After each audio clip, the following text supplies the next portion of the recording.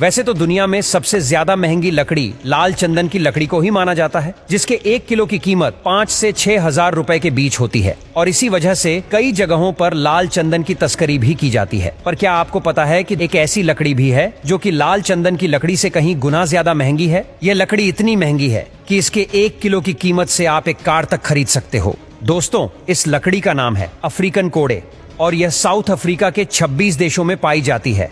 यह ज्यादातर सूखी जगहों पर देखने को मिलती है और दोस्तों, इस अफ्रीकन ब्लैकफुट के 1 किलो की कीमत करीब लाख रुपए होती है। और दोस्तों, लाल चंदन की लकड़ी दुनिया की दूसरी सबसे महंगी लकड़ी है, जो कि कुछ खास तरह की एक्सपेंसिव चीजों को बनाने के लिए इस्तेमाल की जाती है। इसके एक पेड़ की कीमत करीब 10 से 12 लाख रुपए होती है। ऐसे में आप इसकी खेती करके लाखों करोड़ों रुपए कमा सकते हैं। जी हाँ, दरअसल चंदन के एक पौधे की कीमत 35 से 40 रुपए तक होती है। यानी कि अगर कोई व्यक्ति अपने 1 एकड़ जमीन पर चंदन के 500 पौधे भी लगाता है तो उसे शुरुआत में सिर्फ लगभग 20,000 रुपए ही चाहिए। लेकिन यहाँ प्रॉब्लम सिर्फ 20,000 रुपए की नहीं, बल्कि ये है कि यह चंदन के पौधे को पेड़ बनने में 15 से 20 साल का समय लग जाता है। और शायद यही वजह है कि भारत में चंदन की खेती लीगल होने के बावजूद भी बहुत कम पैमाने पर होती है। लेकिन अगर कोई व्यक्ति कड़ी मेहनत करके अपने 15 से 20 साल इन चंदन की खेती पर लगा देता है तो वह 15 से 20 सालों में सिर्फ 1 एकड़ जमीन पर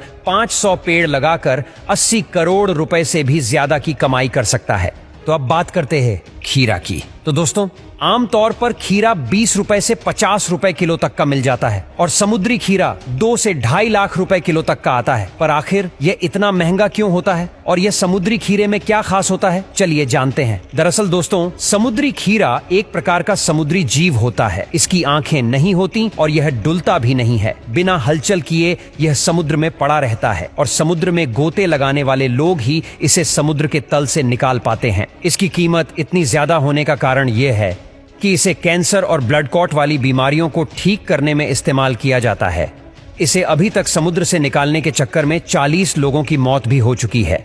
और दोस्तों, नारियल पानी तो हम सब ने पिया है, लेकिन क्या आपने कभी सोचा है कि यह 60 से 100 फीट लंबे नारियल के में इतनी ऊंचाई तक नारियल के अंदर पानी कहां से आता है? दरअसल नारियल के पेड़ ज्यादातर ट्रॉपिकल रीजन्स में उगते हैं और यहाँ पर अच्छा खासा पानी मौजूद होता है। आपने देखा होगा केरला, कर्नाटका, जितने भी कोस्टल एरियाज हैं, यहाँ पर सबसे बढ़िया नारियल उगते हैं। तो सबसे पहले तो नारियल का पेड़ जड़ों के जरिए जमीन से पानी को एब्जॉर्ब करता है, जिसे ऑस्मोस कहते हैं। फिर जड़ों से यह पानी पेड़ के हर पार्ट में जाता है, यहाँ तक कि यह पानी नारियल के अंदर भी जाता है। फिर यह पानी धीरे धीरे नारियल की हॉल में जमने लगता है और इसे ही हम मलाई कहते हैं।